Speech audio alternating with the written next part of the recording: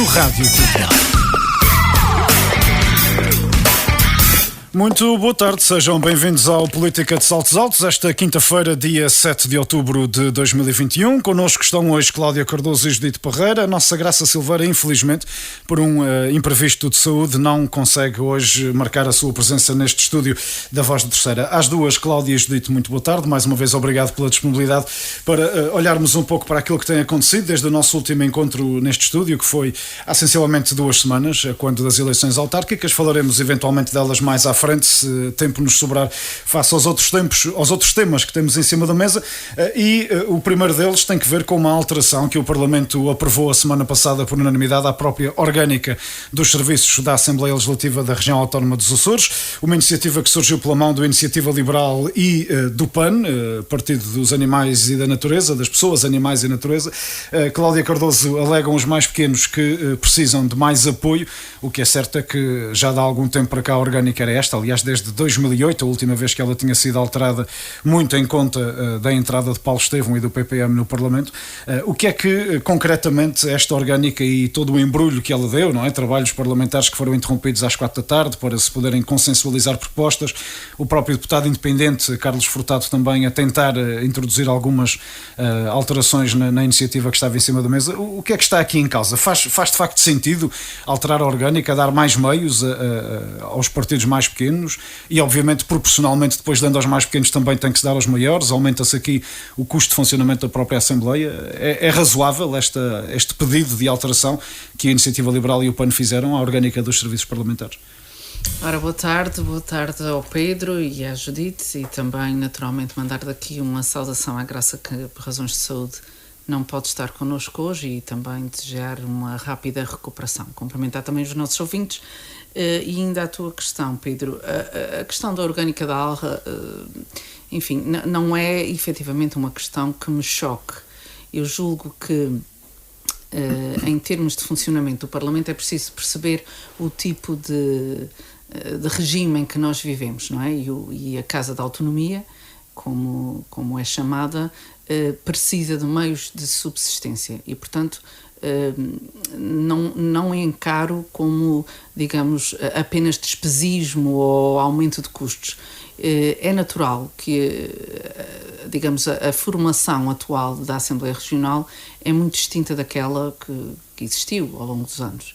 É mais diversa, tem novas representações parlamentares, tem a questão também do deputado independente, o que significa que, e nós sabemos todos que assim é, os grupos parlamentares tinham meios de funcionamento que as representações não tinham, porque estava alocado ao número de deputados a possibilidade de terem também pessoal de apoio. Isso faz com que tenha havido ao longo dos anos, mas que se acentuou naturalmente agora com este enquadramento, a queixa por parte dos mais pequenos, digamos assim, de não terem suporte, ou suficiente suporte pelo menos, para conseguirem desempenhar com qualidade e com capacitação as suas funções. O que é que acontece? Estamos a falar de menos deputados, no caso das representações, mas que tem que falar de todos os assuntos, coisa que não acontece num grupo parlamentar consolidado, onde os assuntos estão distribuídos, as áreas de intervenção, pelo conjunto dos deputados. E, portanto, eu compreendo, até porque estive há alguns anos no Parlamento e percebo também a sua forma de funcionamento, que quer a orgânica, quer o regimento se tem de adaptar aos tempos que vivemos, e de facto a configuração atual da Assembleia obriga a que essas representações necessitem de um tipo de apoio que se justifica, no meu entendimento, nestes casos. Voltamos atrás. Até 2008 a Assembleia era constituída por 3-4 forças partidárias, quando o CDU também tinha eleitos com CDS, PSD e PS. Em 2008, com a chegada do Bloco de Esquerda e do PPM, de facto foi feita a última alteração da orgânica. De facto, daí para cá, os pequeninos, digamos assim, ou os partidos com menos representação, têm-se sempre queixado da falta de condições, não só ao nível dos meios humanos que têm, mas também ao nível do tempo que têm para participar nos debates. fazer uma alteração orgânica pontual como essa não é um pouco começar a casa pelo telhado? Ou seja, porque é que já não se mexeu nomeadamente no regimento, que são as regras de funcionamento da própria Assembleia, enquanto reunião plenária que acontece uma vez por mês, no sentido de tornarmos até a própria Assembleia mais apelativa para quem a queira eventualmente ver, não é? A Assembleia continua com horários desfasados da própria realidade mediática regional, continua com intervalos a acontecerem em horas, enfim, véspera de noticiários e onde as pessoas poderiam até ter algum interesse em acompanhar. Não era mais fácil, de facto, olhar para a Assembleia e até aproveitando esta pluralidade toda que aí está, sendo certo que mais cabeças, mais sentenças, mas fazer um trabalho de adaptação do funcionamento da própria Assembleia à realidade, sem estarmos aqui só a dar mais um adjunto para aqui, ou mais um secretário para ali, ou a tirar um adjunto daqui e um secretário dali? Sim, tens alguma razão nessa tua consideração. A Assembleia tem que ser encarada como um todo, não é? Mas estamos a falar aqui do princípio disto, penso eu. A própria orgânica e o próprio regimento que regula o funcionamento, o tempo de intervenção de cada grupo de representação e dos deputados independentes, tem naturalmente que se adaptar e deve ser feito de forma a que sirva quem deve assistir, não é? O público, e que possa acompanhar com mais propriedade os trabalhos. Isto não foi feito, mas eu julgo que está constituída uma comissão para a revisão do regimento. E, portanto, esse trabalho... Bom, isso é também uma velha história, não é? Já são várias as comissões que... Penso que o regimento que foi criado, e na altura os deputados do Partido Socialista que trabalharam nele, eu trabalhava com proximidade com os deputados e sei que a alteração do regimento foi uma alteração muito benéfica na altura que foi feita, muito correta aos tempos que vivíamos, que era efetivamente um tempo que chegou a ter apenas 3 partidos representados. Sim. E, portanto, estamos a falar de um quadro totalmente diferente. Neste momento temos muitas mais forças partidárias e um espectro de diferenciação, porque temos o deputado independente, temos as representações parlamentares, temos os grandes grupos parlamentares, temos grupos parlamentares mais pequenos e, portanto, o espectro e a diversidade obriga também a uma adaptação. Eu acho que isso, também vocês recordam certamente da questão do canal Parlamento, que deu imensa discussão. Sim, continua a dar-se, bem que agora parece que a RTP Açores entendeu-se mais ou menos com o Parlamento. Mas durante algum tempo havia a ideia da transmissão em direto, enfim, havia uma série de ideias que depois acabaram por ficar apenas no papel e não se chegaram a concretizar. Porque muitas vezes entre a teoria e a prática, sobretudo no que a Assembleia Regional diz respeito, embora seja a casa dos legisladores, essa não conseguem, do ponto de vista da execução, depois chegar a bom porto algumas das questões. Nem sempre há vontade política para isso também. E também nem sempre há vontade política. Agora, efetivamente, eu concordo que deve ser feito de forma a que as pessoas entendam o Parlamento como mais apelativo. O que é que o povo continua a considerar? Quem manda é o governo, quando, em boa verdade, e do ponto de vista estrito... Sim, agora mais do que nunca manda o Parlamento. A Assembleia é que é, apesar dos acordos, mas... A Assembleia é que é, efetivamente, o palco das decisões e o órgão principal da nossa autonomia. A verdade é esta. Embora ninguém, se for feito um inquérito de rua, ninguém considerará assim quem é que a primeira instituição da autonomia, ninguém considera naturalmente que seja a Assembleia, embora nós saibamos que assim é. E, portanto, eu acho que esta alteração orgânica vem permitir mais alguma capacidade de trabalho a esses grupos e representações parlamentares. Os grandes não modificará grande coisa, porque depois uma das diferenças que está introduzida é a verba que está alocada, depois as pessoas vão geri-la ou não. Podem colocar mais funcionários ou não, e pagar diferentemente a menos. E, portanto, isto aqui depois fica um pouco à discricionariedade dos grupos e, portanto, eu acho que do ponto de vista dos pequenos efetivamente beneficia e pode auxiliar nesse tipo de trabalho, porque, como digo, eles são especialistas em generalidades, como se costuma dizer, têm que tocar todas as teclas, enquanto que os grandes grupos parlamentares efetivamente têm um número tão significativo de deputados que permite que uns só falem de educação, outros falem de saúde, outros falam de outros assuntos e, portanto, os deputados especializam-se mais, enquanto que nas representações parlamentares, e no caso do deputado independente ainda muito menos, isso não é possível. Sendo certo que deputados independentes, o nosso Parlamento é rico neles, não é? Nos últimos anos tem tido vários, agora Carlos Furtado, mas antes ainda o próprio Nuno Barata chegou a exercer funções como deputado independente. Que sai do CDS. Exatamente. Alvarino Pinheiro, que sai do PSD na altura, o próprio Renato Moura também depois. Enfim, são muitas as histórias. Há histórias. E é preciso que também o próprio funcionamento esteja desenhado de acordo com as necessidades. Eu penso que a discussão no Parlamento foi relativamente pacífica e, portanto, apesar dos intervalos e das interrupções, conseguiram chegar a bom porto o entendimento.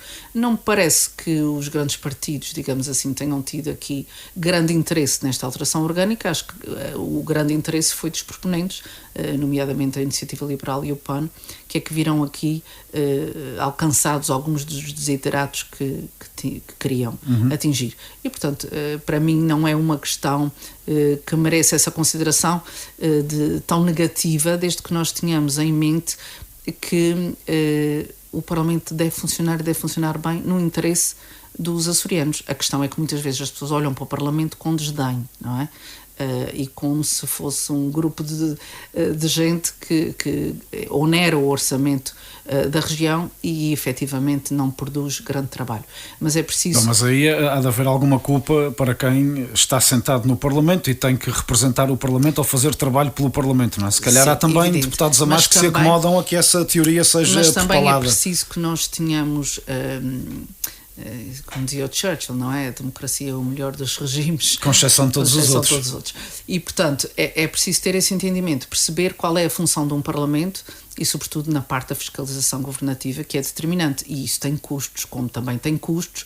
A ideia muito corrente de que os deputados têm um vencimento muito elevado para as funções que desempenham, mas é também importante perceber que essas funções são determinantes numa democracia.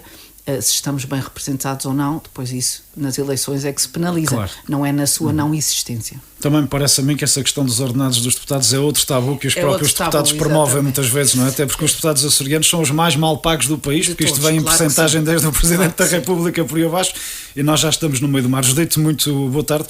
Sobre essas matérias, o funcionamento da Assembleia, no próprio, funcionamento do debate político, digamos assim, o próprio funcionamento enquanto a necessidade de rever ou não o regimento, na tua opinião, e esta alteração que foi introduzida orgânica no sentido de dar mais meios humanos para que as representações parlamentares possam desenvolver melhor o seu trabalho. Boa tarde, Pedro. Boa tarde, Cláudia. Um beijinho para a Graça e desejo de rápidas melhoras.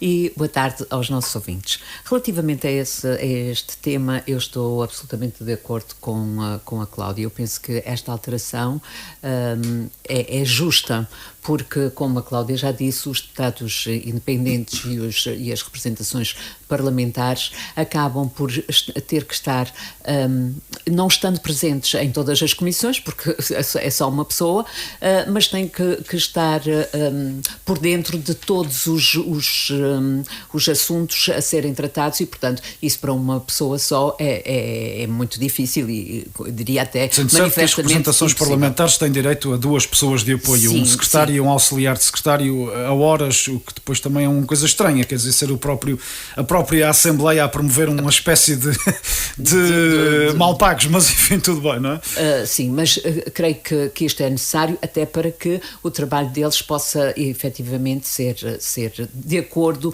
com aquilo a que se propuseram e com o que os açorianos, os que votaram neles e quem não votou também, mas possa ser o trabalho que se espera desses deputados. E, portanto, parece-me que esta alteração poderá vir onerar um pouco, não sei, mas há custos que acabam por não ser custos, são investimentos e creio que neste caso é um investimento que está a ser feito na própria democracia. Parece-me que o que aqui às vezes pode ser difícil das pessoas compreenderem porque fala-se de custos, mas não se diz quanto, e parece-me que nesse aspecto talvez devesse haver uma maior transparência em quanto é que, para já, quando se falava há pouco dos vencimentos dos deputados, as pessoas falam em números que não correspondem nem pouco mais ou menos à realidade daquilo que é o vencimento de um deputado e muito menos depois dos assessores, dos secretários, enfim, de todo o staff que está à volta dos deputados e de funcionamento da própria Assembleia. E, portanto, nesse aspecto talvez fosse bom haver uma maior transparência e vir clarificar e desmistificar até o que na cabeça das pessoas é um valor que não corresponde à realidade. De resto, esta alteração parece-me absolutamente justa. e parece-me que vem melhorar a qualidade do trabalho dos deputados. E melhorar a qualidade do trabalho de debate político, faria sentido fazer uma adaptação? Estranho, por exemplo, ou é uma coisa enfim, que me causa uma certa impressão, ver que a maior parte dos açorianos seguem até com algum interesse os debates, por exemplo, da Assembleia da República, mas não têm absolutamente interesse nenhum em seguir um debate na Assembleia Regional, ou muito poucos, não é? Faria sentido fazer aqui adaptações, criar também aqui uma espécie de debates do Estado da região, como há lá fora o Estado da Nação, de reorganizar aqueles tempos de forma a que uns não falem 30 vezes mais do que os outros em termos de tempos globais, sendo certo que os tempos são sempre proporcionais, como é óbvio, mas criar uma certa lógica. Lá fora os partidos têm os seus tempos globais e cada um fala de sua vez e passam ao seguinte, e aqui há todos depois um debate e muitas vezes perdem-se em repetições de argumentos e às vezes até entram em lavagens de roupa suja sem necessidade nenhuma. Faria sentido aqui também uma adaptação desta sim, face à nova circunstância? Penso que aqui, e justamente porque não havia o canal Parlamento e portanto as pessoas não tinham o hábito de seguir os trabalhos da Assembleia e, como disse a Cláudia, disse muito bem, para as pessoas quem manda é o governo e portanto não valorizavam o trabalho dos deputados e todo o trabalho que é feito na Assembleia. Creio que agora, justamente porque temos maiores, portanto mais forças políticas, parece-me que isso também veio enriquecer o próprio debate e é preciso criar esse hábito nas pessoas. Obviamente que será o próprio canal Parlamento, os órgãos de comunicação social que terão que fazer... Deixa-me interromper-te, Judite, para dizer o seguinte: há 6 anos, quando assumimos responsabilidades diretivas no Rádio Clube de Angra, uma das nossas orientações a quem comandava a informação da casa era exatamente transmitir todos os principais debates do Parlamento açoriano, o que foi feito durante 2, 3 meses, se tanto, exatamente porque não é plausível, não é fácil a um órgão de comunicação social como o Rádio Clube de Angra, desde logo deslocar um meio à Assembleia para acompanhar aquilo. Claro. Mas tendo na altura essa possibilidade, foi feito. O problema é que às 10 e qualquer coisa começa o debate e às 11h30 de repente levas com um intervalo de meia hora que se transforma em 45 minutos rapidamente e, portanto, como é que eu preencho aqueles 45 minutos? Vou pôr música a tocar na rádio e publicidade para depois voltar dali a bocadinho a um debate que ficou parado atrás. Já perderam o interesse, portanto, já desligaram, já ligaram para também aqui o nosso contributo enquanto órgãos de comunicação social acaba limitado pelo próprio funcionamento da Assembleia. Claro, eu penso que isso também é um aspecto que tem que ser... Como aquelas manhãs eternas de votos, não é? Quando se passam manhãs a ler votos por tudo e mais alguma coisa. Mas isso todo o funcionamento exatamente, sim. Facilmente ultrapassável, os votos. Eu, por exemplo, sempre defendi que os votos deviam ser entregues e não lidos. Pois, completamente. Eu acho que há muitos trabalhos que poderão passar ou poderiam passar para as comissões, para as comissões, como acontece na Assembleia da República, e que poderiam sair perfeitamente do tempo dos plenários, o que viria a enriquecer, porque os plenários seriam mais para debate do que propriamente para a apresentação. Realmente passamos manhãs inteiras a ler votos e isso para as pessoas acaba por ser a maioria votados por unanimidade. Por unanimidade. Portanto, sim, muitos repetidos, não? Ou sobre temas repetidos. Exatamente, se é por unanimidade, entregavam em conjunto. Exatamente. E era constavam do diário e desoneravam o tempo, porque verdadeiramente o Parlamento é uma casa onde se faz política e nos votos não estamos a fazer política. Não. Eu acho que tudo isso tem que ser revisto e eu tenho alguma esperança de que nesta legislatura isso venha a acontecer, porque vejo por parte do Presidente da Assembleia vontade de que haja alterações nesse sentido e, portanto, penso que, havendo essas alterações, será mais fácil para os órgãos de comunicação social fazerem o acompanhamento dos trabalhos e será mais interessante para o público também assistir, porque vai assistir a debates e não à apresentação de votos que só são importantes para quem participou ou para os familiares em tempos encontrada de acabar um bocadinho com aqueles debates de ilha que depois acabavam estes sim por aproximar as pessoas de certa forma do Parlamento, são não é? Interessantes sim. para as pessoas. Eu ainda apanhei muito esse debate de ilha. Eu já apanhei muito pouco e penso que isso tornaria muito mais interessante o trabalho parlamentar, quer para quem participa como para quem ouve. Muito bem. Um dos debates que aconteceu na última semana no Parlamento e também puxado pela oposição, neste caso até também pelo Partido Socialista, que neste momento ocupa a oposição, apesar de ter sido, como sabemos todos, o partido mais votado nas regionais do ano passado, foi a questão das nomeações, de facto, para cargos, enfim, de confiança política e para cargos na estrutura do governo regional. O PS diz que há mais 5 milhões de despesa anual face àquilo que era a anterior governação. Cláudia, o governo entregou a defesa desta temática ao secretário das Finanças, que foi dando umas respostas, enfim, falta-me até o adjetivo, um bocadinho evasivas, digamos assim, não é? Pois, efetivamente. Há, de facto, nós já tínhamos feito ligeiramente este debate aqui no Política de Saltos Altos, fomos pioneiros nisto, pelo menos perspicazes nessa matéria, ou se calhar até inspiradores também, quem sabe, não é? Isto, de facto, está-se a assistir aqui a uma entrada a um desleixo por parte do governo no controle deste tipo de nomeações? Há de facto abusos, na tua opinião? Bem, a questão das nomeações, vou tentar pegar nela desta forma. Sempre existiram nomeações políticas, não é? E tem que existir nos cargos de confiança política.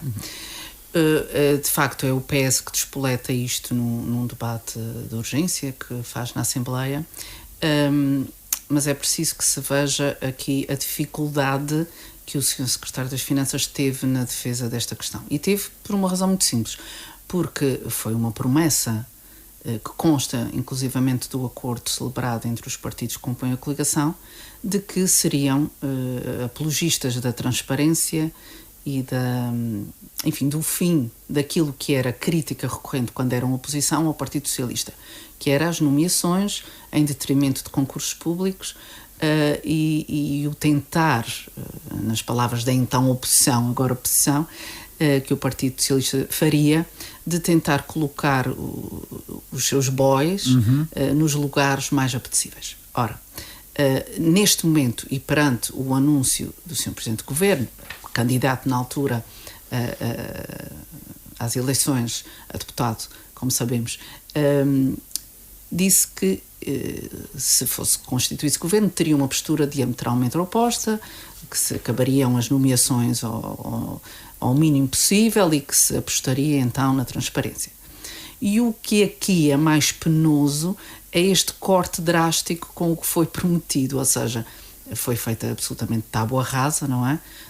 Desta promessa eleitoral e mais tarde do acordo celebrado, e de facto as nomeações dispararam a níveis, na minha ótica, inconcebíveis e altamente exemplo talvez mais paradigmático, o Corvo, não é? Que passou a ter delegados das secretarias regionais praticamente todas. Compreendo porque é que o Corvo especificamente tem esses delegados todos, pelas razões do envolvimento do PPM na assinatura do acordo da coligação, mas independentemente disso, a questão é se faz ou não sentido ter estes delegados todos.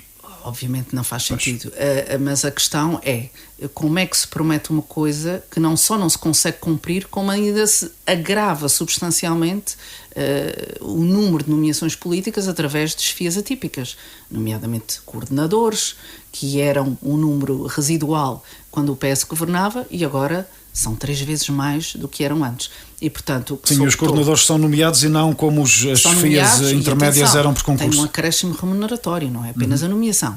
São nomeados, são pessoas escolhidas diretamente, sem passarem por qualquer tipo de crivo de concurso público, e depois tem um acréscimo remuneratório significativo.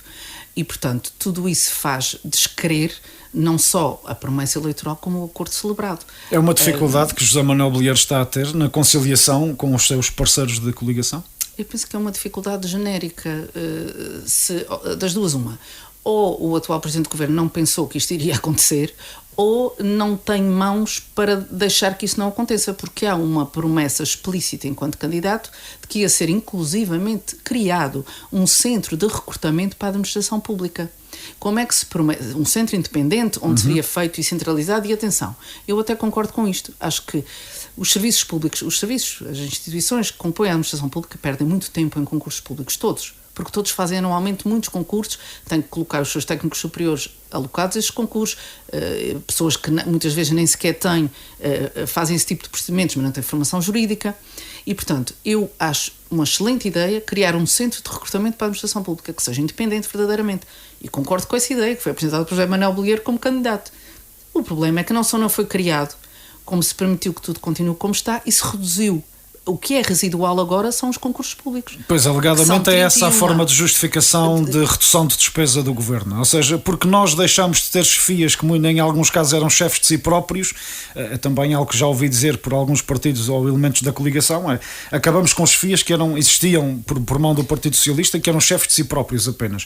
Acabando com isso, acaba-se com os concursos. É verdade que há divisões, e havia secretarias, porque as próprias secretarias eram pequenas e, portanto, as direções de serviços também eram pequenas, as chefias de divisão, por vezes tinham 1 ou 2 pessoas alocadas. Isso é verdade.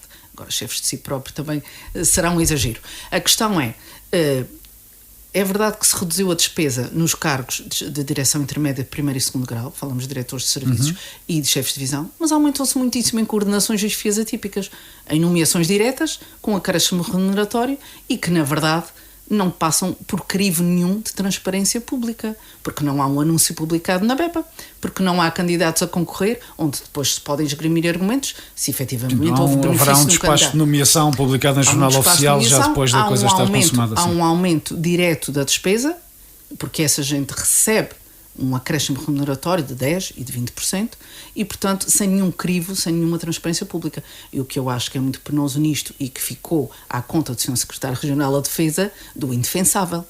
Porque não é possível, estamos a falar de uma despesa que alça praticamente aos 5 milhões ao ano. Ou seja, ao fim de 5 anos, estamos a falar de um valor muito considerável. E também estamos a falar simultaneamente da redução da transparência que foi tão anunciada e propalada pelo atual Presidente do Governo enquanto candidato. E, portanto, por pior que seja e por mais difícil que seja gerir essa articulação entre os partidos, acho que isto devia ser, até porque foi apresentado assim na campanha, como uma questão de princípio. E, portanto, aliás, já tínhamos assistido a uma dificuldade justificativa desse estilo do próprio José Manuel Bolheiro, relativamente a Sandra Garcia, quando foi o processo dela ser indicada a nomeação de subdiretora regional da cultura, não é? Portanto, há de facto dificuldades, Judite, em não sei, Cláudia, desculpa, se te interrompi o raciocínio, não queria cortar de forma nenhuma, desculpa. Sim. Eu ia dizer só mais uma coisa. O Sr. Presidente do Governo, em abril, anuncia que as orgânicas vão sair. Portanto, o Governo toma posse no final do ano passado, em abril anuncia que as orgânicas estão prontas, as orgânicas saem praticamente 2 meses depois, em junho. E a da Presidência do Governo ainda não saiu sequer, sim. A da Presidência do Governo vai sair depois de ser gerada essa discussão no Parlamento. Como é que isso é compreensível? Além de que tenha havido nomeações sucessivas depois disso, não é? O caso de um sobrinho do Sr. Presidente do Governo que foi recentemente nomeado também para um cargo de chefia e, portanto, evidentemente tudo isto não contribui para a transparência, muito menos quando ela foi tão propalada e anunciada com uma grande diferença do Partido Socialista. Não só não houve diferença, aliás, a diferença que houve é uma diferença para pior e para menos mais ocultismo e menos transparência. Pronto, a família que se calhar é outra, não é? Ou é menor, Judite. Qual é a dificuldade que está aqui, enfim, subjacente, de facto, à justificação desse tipo de situações? Bem, eu acho que a dificuldade, realmente o Sr. Secretário tem às vezes dificuldade em explicar. O Sr. Secretário às vezes acha que continua a ser só comentador político, pois, não é? Que é uma chatice. Na verdade ele não esteve bem e teve muita dificuldade em justificar coisas que às vezes, pronto, temos que enfrentá-las, temos que ser claros e doa a quem doer. Eu acho que qualquer instituição se deve reger por isenção, rigor, transparência e o Governo mais do que qualquer outra. Durante o tempo em que o PSD esteve na oposição foi bastante crítico em relação aos governos PS, aos sucessivos governos PS, justamente pelas questões das nomeações para cargos políticos, onde as famílias eram privilegiadas e não havia grande rigor nem grande transparência. No caso concreto, este caso que foi debatido no último plenário e que já o Bloco de Esquerda tinha referido, que tinham sido, portanto, criados cerca de 400 cargos, mais de 400 cargos dirigentes da administração pública e só 33 por concurso público. Ora bem, os cargos de confiança política não são passíveis de irem a concurso porque são de confiança política, portanto tem que ser por nomeação. Esses eu penso que é pacífico que assim seja. De resto, Relativamente aos outros cargos que não foram a concurso e que o Sr. Secretário se atrapalhou bastante para o justificar, é preciso dizer, e a Cláudia falava nisso agora, que o atraso da orgânica foi muito o culpado também de algumas destas nomeações, porque, e já tínhamos falado aqui quando falámos da nomeação da Sandra Garcia para subdiretora da Cultura. Não havendo o cargo antes, portanto, ela não podia ir a concurso um cargo que não existia, portanto, era necessário esperar pela aprovação das orgânicas para depois criar esses cargos.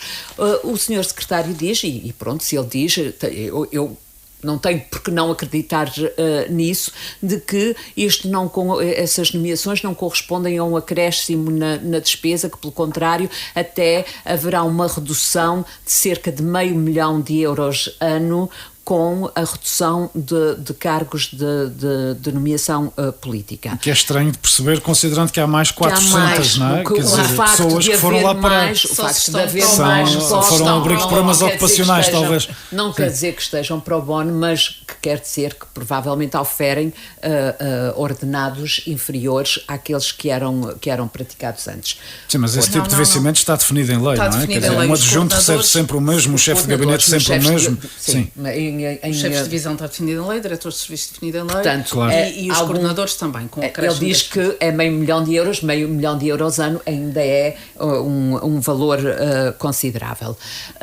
Parece-me que aqui o que falhou mesmo foi a tal prometida, a criação da prometida comissão de recrutamento para os cargos de nomeação na administração pública, que não foi criada até agora. E, portanto, essa promessa deste governo que foi feita e que não foi cumprida até agora vai trazer custos, porque ninguém se esqueceu dela e, portanto, vão estar constantemente a falar nisso. E, portanto, eu acho que aqui não há como fugir, há como criar, há como cumprir, há que cumprir com aquilo que foi prometido, para não deixar qualquer dúvida, porque isso depois vai-se arrastando e vai penalizando.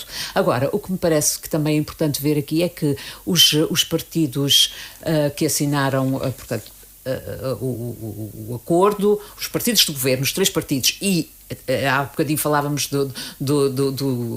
da situação do Corvo. É evidente que se o PPM não fizesse parte do governo, desta coligação, naturalmente o Corvo não tinha todos os cargos que tem neste momento. Portanto, o facto de serem 3 partidos no governo veio, com certeza, aumentar o número de nomeações. Mas os partidos que assinaram o acordo de incidência parlamentar, nomeadamente o Chega e o Iniciativa Liberal, e que eram muito críticos neste aspecto, no que dizia respeito às nomeações, e muito exigentes, não se referiram ainda a isso. E, portanto, acho que esses seriam os maiores interessados em vir exigir do governo que situações dessas não acontecessem. E agora, no Parlamento, até o PAN, que está fora do acordo, e veio dizer que mais importante do que o número de cargos era a eficiência e a eficácia.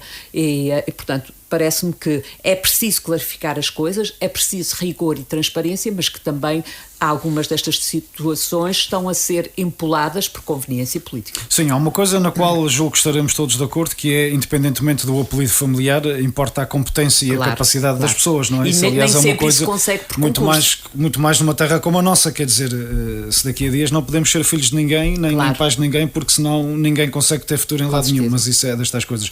O que é certo é que, e mesmo para terminar, Cláudia, este assunto, aparentemente, é difícil de engolir esta redução de €500 mil em vencimentos quando há mais 400 pessoas lá no país. É absolutamente impossível, não é? Isso é uma questão matemática. Se estamos a falar que apenas 33, aliás, com os números atuais já passou a 41 dos 457 cargos criados foram por concurso público. E, portanto, aqui a transparência foi assegurada, etc. E tal. Dessas 457 nomeações, apenas 41 foram feitas assim. E, portanto, não se pode falar em transparência, nem se pode, estamos a falar de um aumento dos cargos dirigentes, que quer seja por concurso público, quer seja por coordenação, chefia atípica, o que se lhe queira chamar, obriga sempre a um onerar do orçamento. Portanto, o seu secretário pode avançar com esses números, mas eles não podem de forma nenhuma coincidir com a realidade, porque estamos a falar sempre de um aumento. Outro argumento que o senhor secretário usou foi de que desse crescimento, aliás, como é natural nestas coisas por vezes, a culpa é do anterior governo socialista porque tinha aumentado em 1.800 trabalhadores na função pública. A questão é que, verificados esses 1.800 trabalhadores que aumentaram na função pública, esses 1.800 trabalhadores, 80% são em áreas fundamentais, saúde e educação. E, portanto, o único argumento que o seu secretário usou, com alguma utilidade, digamos assim, e com menos incómodo, foi o do crescimento dos 1.800. Mas, se formos verificar, foram em áreas absolutamente fundamentais que ninguém questiona, muito menos no ano de nem sei pandemia. se esse número é líquido, ou seja, feito o encontro de contas entre aqueles que, entretanto, se reformaram. E, de facto, como eu dizia há pouco, esta questão da criação desta comissão é uma questão, acho eu, até transpartidária. Portanto, tem a ver com partidos. Quando isto foi anunciado pelo então candidato João Manuel Bolheiro, eu estou absolutamente de acordo, porque sei o que é que os serviços da administração pública sofrem com o recrutamento anual que tem que fazer de trabalhadores. Ora, se houver uma entidade independente que precisa de técnicos superiores formados em Direito e depois de selecionados numa bolsa, eles são distribuídos para os serviços que deles precisam. Isto poupa muito tempo e muita eficácia, isto sim gera eficácia, porque em vez de estar a Direção Regional das Obras Públicas, a Direção Regional das Pescas, a contratar cada uma um jurista, há uma entidade exterior, digamos, independente, sim, que recruta e que os distribui. E, portanto, digamos que se especializam em recrutamento, que é uma coisa que existe noutros países e que funciona bem. Agora, quem anunciou isto foi José Manuel Bolheiro, não foi mais ninguém. E não só a comissão não foi criada, como a prática levada a cabo foi exatamente contrária quer dizer, foi consentânea com aquilo que criticavam, que era a falta de transparência do Partido Socialista. E neste momento a falta de transparência é gritante. Tão gritante que esta notícia teve expressão nacional, como vocês sabem, ao nível do Expresso, do Público, do SAP, até o Polígrafo já pegou nisso, foi verificar e verificou que era verdadeiro. Portanto, temos o maior governo de sempre e não apenas o maior governo de sempre, o menos transparente de sempre. Mas mais, a Judite falava, o que importa não é tanto isso, e dava o exemplo do PAN, não importava a eficácia. Mas é que esse governo também não é eficaz, porque se vocês virem, e isto também foi alvo de um debate, até 30 de junho, portanto, em 6 meses é feito o relatório semestral, tinha sido executado 29,3% do total de investimento público previsto. Ou seja, certo que o plano de investimentos deste ano é de abril, ver, votado em abril, aprovado em maio. Mas mesmo atendendo aos duodécimos, sim, eu sei perfeitamente a questão dos duodécimos, mas mesmo atendendo aos duodécimos, 732 milhões de euros foram executados os 214. E mesmo com a retificação do seu secretário, porque depois o debate foi em setembro, já tinha mais uns pozinhos, mas ficávamos no terceiro trimestre, foi 16,7%. Portanto, estamos a falar de níveis de execução baixíssimos e, portanto, a questão da eficácia também não se põe. Sim, temos mais gente, atípico, temos gente mais bem paga e não temos eficácia. E também é preciso ver aqui outra coisa, que justamente pelo facto da orgânica ter sido aprovada muito, muito tardia da presidência, ainda não nem sequer ter sido, muitas destas nomeações, portanto, são em regime de substituição e eram cargos que são pessoas que já estavam em gestão correta. Em gestão. Sim, mas esses casos não se colocam, porque esses casos não se colocam, porque esses casos são os casos dos concursos públicos. Está tudo certo. Eles ficaram em regime de substituição, abriu-se um novo concurso e entra uma pessoa por concurso público. De acordo, tem que ser assim. Se estavam em gestão, tem que se manter em funções, porque não vai ficar o cargo desprovido e, portanto, aquela instituição... Sim, mas não podem ser contabilizados agora como nomeações. Não, estão contabilizados como concursos públicos. Estão nos 41, nos 33 à data do debate, nos 41 que eu contabilizei à data de hoje. Portanto, são nos 41, mas de 457, 41 foram para concurso público. E não há Judite, não serve a justificação da redução do SPER nem da reestruturação do setor público empresarial regional, porque quem estava nessas empresas que estão a ser e portanto está nos quadros, basicamente quase todos já integram depois os quadros da administração, portanto continua a ser de facto muito difícil perceber esta redução apresentada por Joaquim Baixo de Cima. Tem que haver mais transparência e a explicação tem que ser mais clara.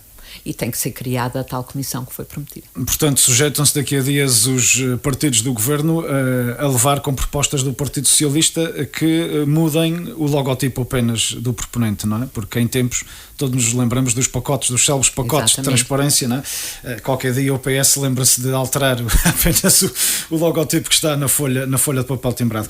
Vamos avançar para um próximo tema que tem que ver com as eleições autárquicas. Próxima semana, enfim, não vamos obviamente escalpelizar outra vez os resultados, fizemos-lo brilhantemente na noite das eleições na nossa emissão especial, mas na próxima semana já serão começados os atos de tomada de posse dos novos enfim, acabam sempre por ser novos, que há sempre gente que entra e gente que sai, não é, nestas coisas. Angra Alom Menezes vai a um terceiro e último mandato. No Praia da Vitória, Vânia Ferreira vai assumir os destinos do município. Sei que sei porque vi em fotografias publicadas nas redes sociais que já houve uma reunião entre ela e Tibério Diniz, portanto, possivelmente uma espécie de passagem de pastas Tibério e de dossiês. Diniz ligou-lhe já por 2 vezes, estava ela ainda em plenário, com muita urgência em falar com ela, e portanto já tiveram essa reunião para lhe passar, enfim, as pastas, digamos assim.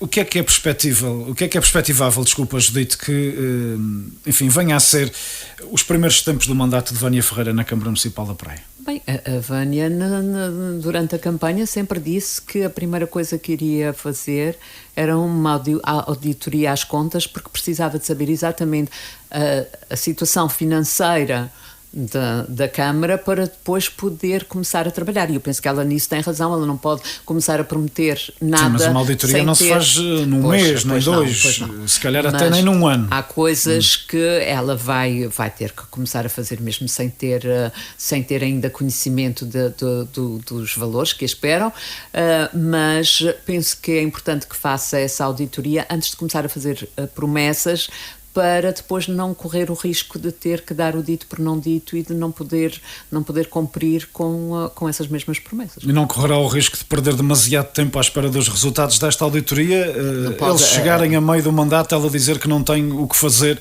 porque aquilo está entregue, enfim, a uma situação financeira é verdade que essa situação perigosa. É de veras incómoda, mas, e preocupante, mas também o contrário também é, e portanto ela tem que ser coerente com aquilo que disse em campanha. Vai o Governo dar uma mãozinha à Praia da Vitória, Cláudia? É normal que sim. Agora faço essa pergunta à Cláudia. Também tem que cumprir com aquilo que prometeu.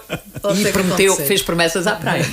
Vai ser difícil, não é? Gerir, pegar naquele município e se efetivamente esta for, como tudo indica, a primeira medida a tomar, haverá aqui um hiato de tempo em que ficará tudo meio suspenso na Praia da Vitória, não é? Até haver resultados de uma auditoria, não é muito fácil ir fazendo outras concretizações.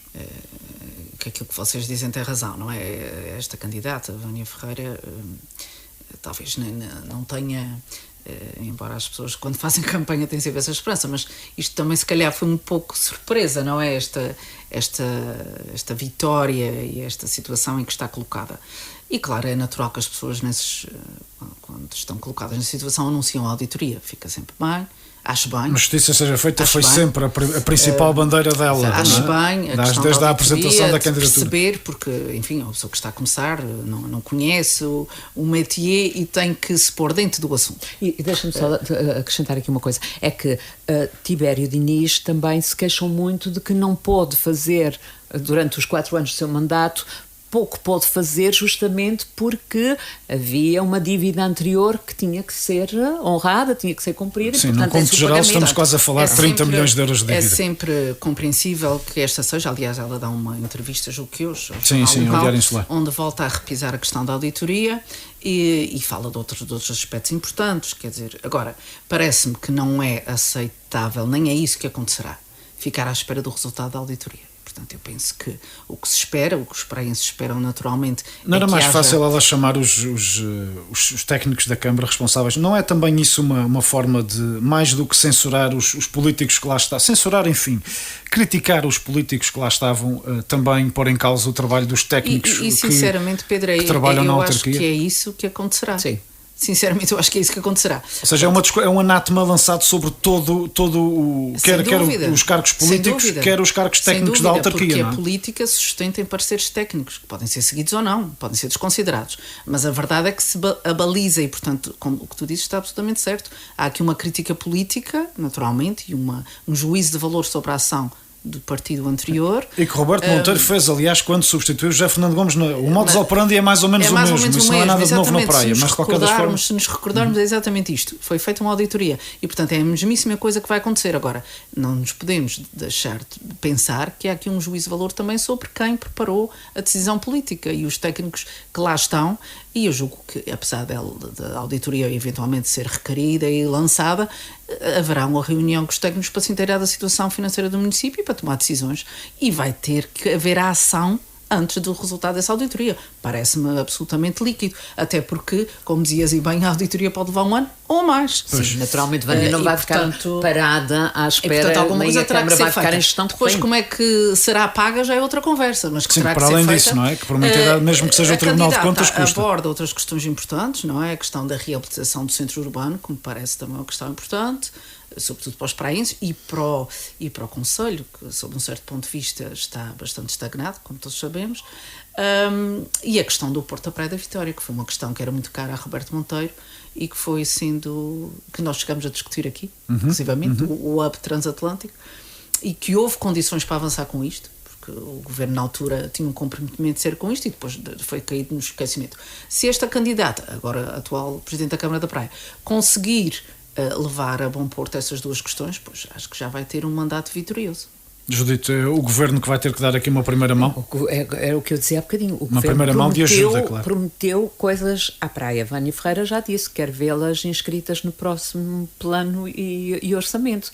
Portanto, e ela, naturalmente, e conhecendo-a como eu a conheço, ela pressionará bastante o governo para que cumpra com aquilo que lhe prometeu. E que ela fez fé para se candidatar. Há aqui uma coisa que não nos podemos esquecer, Judite, é que nós já não contamos com as verbas americanas que contávamos. Não? Isso aconteceu um pouco a Mota Amaral. Sim, ao princípio o orçamento da região era para aí 60, 70% de renda americana. Vem dinheiros que. Sendo certo que ainda ninguém percebeu muito bem o que é que na bazuca toca às autarquias, mas de qualquer das formas. Alguma coisa tocará. Pois, garantidamente que sim. Em Angra, a posição fica mais ou menos a mesma, com a saída de José Gaspar e a entrada de Fátima Amorim no executivo de Álamo Menezes. Muda essencialmente a oposição. Mudando as pessoas que estão na oposição, é perspectivável, Cláudia, que haja uma mudança na forma como a oposição se fará, comparativamente àquilo que foi o mandato de Marcos Couto e de Miguel Bezerra? Sim, onde houve uma certa paz e um certo entendimento, a aprovação de todos os orçamentos, ou de praticamente todos os orçamentos da Câmara, sem votos contra? Eu espero que sim. Eu espero que sim, porque acho que a democracia também vive disto, não é? De uma boa oposição. E, na minha opinião, Marcos Couto e Miguel Bezerra fizeram uma oposição serena, tranquila, pacífica, como quisermos adjetivar. Isso tem coisas boas naturalmente para quem está no poder. Para Álamo Menezes terá sido muito bom, mas que a coligação pode agora dizer que enfim foi uma ajudinha a Álamo, não é? O facto de não ter havido uma crítica mais mordaz, uma certa deferência intelectual pela figura de professor Álamo Menezes dá sempre algum jeito e portanto eu acho que foi muito bom para quem está na posição, mas para quem está na oposição, que era o caso de Marcos Couto, não beneficiou muito a visibilidade pública que tiveram. Ou seja, o entendimento público é de que até a oposição concordava com aquilo que Álamo estava a fazer, não é? Não é preciso dizer mais nada, já disseste tudo, Pedro. Portanto, se até a oposição que está ali precisamente para contrariar, para questionar, para pôr em causa, não o fazia, as pessoas também aceitaram, tomaram como boa a ação governativa na Câmara de Angra. Ou se calhar que, fazia, na minha opinião, era boa, mas também Álamo é inteligente o suficiente para poder, enfim, encontrar pontos de ligação. Sandra Garcia e os atuais vereadores, enfim, ela até já foi colega nossa, não neste painel, mas noutro, e portanto eu tenho uma opinião sobre o perfil dela, que é um perfil aguerrido e combativo. E é isso que espero que depois na variação se verifique, não seja exatamente igual ao que verificámos no mandato anterior, que penso que foi morno desse ponto de vista, foi cinzento, não é? Beneficiou muito a posição de Álamo Menezes e da sua equipa, que também desenvolveu na minha ótica um bom trabalho, um trabalho estruturado, organizado e visível, e que foi ao encontro das expectativas dos angrenses. Agora, também é importante ter uma oposição. Principalmente na Praça Velha, onde hoje volta a estar, enfim, tudo cheio de carrinhas de instituições da praia, que também não deixa de ser curioso, exatamente. É a intermunicipalidade. É, claramente. Pois queixam-se que a Rua de Jesus está vazia, não é? É a colaboração entre os municípios, que não pode ser só na água e nos resíduos, tem que se estender mais qualquer coisa. Mas sim, eu espero que o mandato seja animado e também é interessante ter uma figura feminina agora a liderar a questão da bancada da oposição. Espero que seja mais aguerrida. Acho que é do interesse dos angrenses que seja. Judite, sobre Angra. Sobre Angra, eu acho que a oposição tem que escrutinar o trabalho que é feito pelo Executivo Camarário. Mas também deve ter uma postura proativa e de propositura. Eu creio que Marcos Couto e Miguel Bezerra foram um pouco nessa onda, mais de propor e de... Sim, a justificação era que todas as nossas propostas foram incluídas nos orçamentos, enfim. Portanto, se foram não concretizadas, isso é outra conversa. Isso já é outra coisa. Mas se foram todas aceites, elas também não tinham por que abrir guerra, digamos assim, com o Presidente da Câmara e com o Executivo Camarário. Creio que Sandra Garcia é mais reivindicativa, tem uma outra postura e, portanto, para além da propositura que fará com certeza e fará muito bem, mas será mais aguerrida, mais lutadora e mais reivindicativa e, portanto, parece-me que vai ser interessante. Gostava de vos ouvir nessa ponta final sobre dois outros temas. Um tem que ver também com uma entrevista dada no Diário Insular, não hoje por Vânia Ferreira, mas ontem por Aula Menezes, onde ele, a páginas tantas, e aliás é frase escolhida para o título daquela entrevista, é: os partidos têm que se reformar antes de serem reformados pelo povo. Como é que, enfim, com a vasta carreira política de Aula Menezes, como é que se entende que nesta altura, quando ele está praticamente a assumir o fim da sua carreira política com este último mandato, ele venha dizer isso? Qual foi a necessidade que ele teve de dizer isso? Na vossa opinião? Essa pergunta tem uma pontinha de maldade. Com certeza. Também me compete também fazer aqui umas malvadezes, não é? Pronto, eu acho, quer dizer, conhecendo o Alan Menezes, percebe-se muito bem que tenha dito isto. Eu disse na noite eleitoral, e acho que o Alan Menezes neste momento vale mais do que o Partido Socialista, e esta candidatura à Câmara de Angra também valeu pela figura dele. E portanto, eu acho que ele tem, ou seja, já está numa posição, até porque passou por vários partidos políticos, de perceber o que é isto, não é? Que os partidos também são órgãos vivos e dinâmicos e têm que se autorreformar e autorregenerar, porque se não o fizerem, alguém o fará. E um dos exemplos disto, e se a gente vir até o cômputo nacional percebe isto, as candidaturas independentes estão a ganhar muita força e muito espaço, no todo nacional, mas também nos Açores. E depois, não nos esqueçamos que as franjas nascem sempre de contentamento com o status quo. E o crescimento relativo, enfim, do Chega, apenas o surgimento é tanto que há candidatos pelo Chega que nem conhecem o próprio programa do Chega. E isto significa o quê? Significa que as pessoas estão ali por descontentamento, não por concordarem com aquelas ideias, não por terem aquele perfil, enfim, radical em muitos aspectos, mas porque se estão a cansar do status quo e, portanto, os partidos têm que perceber isso, têm que acompanhar a evolução da sociedade e têm que se reestruturar. E, sobretudo, que é isso que a Aula me está a tentar dizer, tem que prescindir um pouco dessa questão. Isso não é uma autocrítica, por exemplo, relativamente à opção de José Gaspar para São Mateus? Não, eu vejo isso, enfim, como uma crítica também interna ao Partido Socialista. Eu vejo isso como um recado interno. E Alan Menezes está numa posição, ao longo da sua vasta carreira política, para dizer isso com toda a propriedade. Então, Judite, terá mais a ver com aquilo que aconteceu na praia? Sim, sem dúvida. Eu concordo em absoluto com aquilo que a Cláudia acaba de dizer. Mas com a intenção de Alan eventualmente substituir Sérgio Ávila à frente do PS terceira? Será isso? Ou não acreditas que ele, talvez na fase em que se encontra, queira... Na fase ele já tem um percurso tão rico, tão vasto, tão longo, que não me parece que ele tenha interesse em ir por aí. Não sei. A Cláudia está aqui a rir, não sei se ela quer dizer. Quando saiu do governo, ninguém achava que ele voltaria para mais coisa nenhuma, já é Presidente de Câmara lá para 12 anos. Agora, que é um recado ao Partido Socialista, que é uma chamada, não sei se é um recado, é uma chamada chamada de atenção, é um alerta que ele está a fazer, tendo em conta o que aconteceu nestas eleições, em que realmente, se o Partido Socialista não se reinventa, não se renova e não muda a sua estratégia, vai continuar a perder. Está em causa também aquilo que tem sido o discurso de Vasco Cordeiro? Também. Cantar apenas vitórias mais morais do que outra coisa? Exatamente. Bem, a vitória foi efetiva, também sim, não foi apenas moral. Em números, mas matematicamente foi politicamente. Politicamente E foi uma a política Foi é o tramada, partido não é? mais votado, aliás, como nas eleições Certo. regionais. Sim, mas perde. Mas aparentemente na noite das eleições nem Vasco muito tenha pouco percebido tempo. que já não tinha a Associação de Municípios da parte do Partido Socialista. Em Ou menos já não de tinha um a maioria. ano, perde muito. Sim, E, tem vindo a portanto, perder, não há dúvida sobre isso. Precisará Aliás, também aí de uma reforma? Sem Esse dúvida. recado poderá ser, enfim, Eu extensível acho- dentro do Vasco PS, este recado de Álamo, como é óbvio, não é? Naturalmente, foi exatamente o que eu disse. Alan Menezes está numa opção que lhe permite dizer isso com muita propriedade. E, com certeza, dirá também internamente. Mas há quadros no Partido Socialista, Cláudia, com capacidade para... Evidentemente que o Partido Socialista é um partido com muito bons quadros. A questão é, muitas vezes... Isso não está em causa. Eu não estou a pôr em causa a qualidade dos quadros. Estou a pôr em causa a disponibilidade de quadros de qualidade para avançarem eventualmente. A questão é eles têm que ser preparados atempadamente para que isso venha a acontecer. E neste momento não estão preparados. E a sucessão passará sempre por Francisco César? Na minha opinião, não. Também acho que não. Aliás, essa poderá ser mais uma derrota para o Partido Socialista. Muito bem. Minhas queridas, muito obrigado por este bocadinho. O nosso tempo chegou ao fim. Um beijo também especial à Graça Silveira. Como disse à entrada, mais uma vez, repito no fim, hoje, por motivos de saúde imprevistos, não pôde estar connosco presente. O Política de Saltos Altos está a partir deste momento disponível nas nossas multiplataformas. Regressa à antena do Rádio Clube de Angra dentro de 15 dias, sempre à quinta e sempre na sua hora de almoço. Boa tarde, obrigado pela atenção.